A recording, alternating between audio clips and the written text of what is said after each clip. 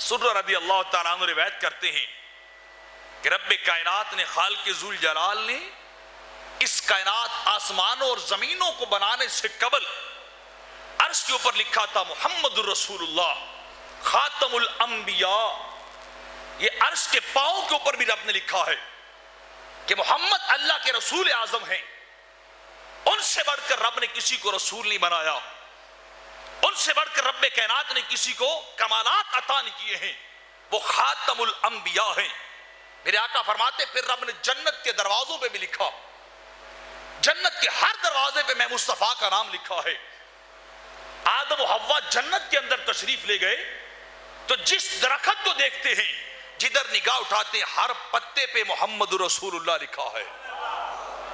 اہل جنت کے خیموں کے اوپر، ان کے بنگلے کوٹھیوں کے اوپر، ان کے مکانات کے اوپر، جدھر بھی آدم اور حوا نگاہ اٹھاتے جاتے ہیں، جدھر بھی نظر کرتے ہیں، بس ایک ہی نام لکھا ہے محمد رسول اللہ. میرے آقا کا نام ہر طرف لکھا ہے. اور میرے آقا فرماتے ہیں کہ یہ اس وقت کی بات ہے جب آدم بنائے بعد میں گئے تھے اور نام پہلے آیا تھا. باہر عرش پہ دیکھا تو تب بھی میرا نام، جنت میں گئے تو تب بھی میرا نام. تو پلٹ کے اللہ کی بارگاہ میں سوال کیا، باری تعالیٰ یہ کون ہے جن کا نام تو نے لکھا ہے اپنے نام کے ساتھ؟ میں جدھر نگاہ اٹھا کے دیکھتا ہوں ادھر انہی کا نام نظر آتا ہے.